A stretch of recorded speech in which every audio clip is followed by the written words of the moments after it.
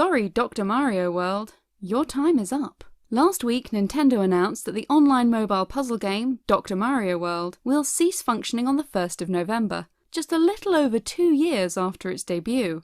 This has left many players surprised, and many other Nintendo fans concerned about what it might mean for the future of the company's mobile games.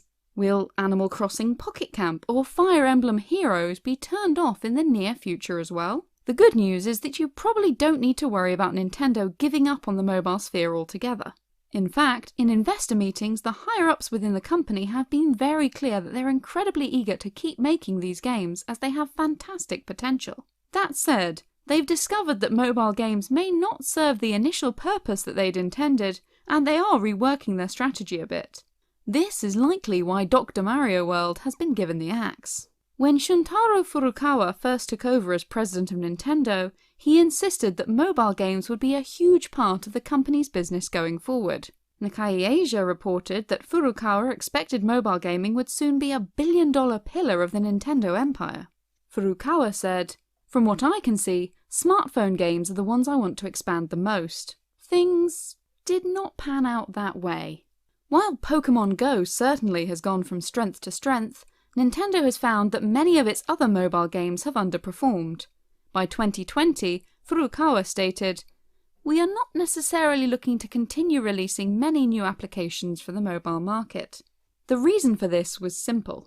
Nintendo's mobile efforts were hit and miss, while the Nintendo Switch was quickly becoming a powerful competitor to mobile platforms in general. We're reminded of the words of Minecraft producer Roger Carpenter, who said, "About half a year ago you'd see children in restaurants around the UK playing Minecraft on their tablets. Now they're playing on their Nintendo Switches."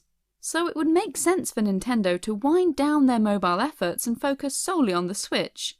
Except that's not what the company claims to be doing. According to Nintendo, there are fantastic benefits to mobile gaming that go beyond simple revenue. Speaking about mobile gaming in an investor Q&A meeting, Shigeru Miyamoto said, "Working on mobile content reminded us again that while the Nintendo game systems may have reached some parts of the world, there are many places where they are not widespread.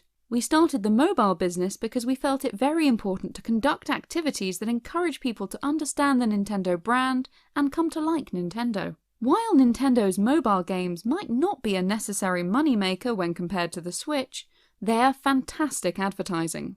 In another investor meeting, Shuntaro Furukawa stated, "Sales from the mobile business do not account for a very large percentage of Nintendo's overall business.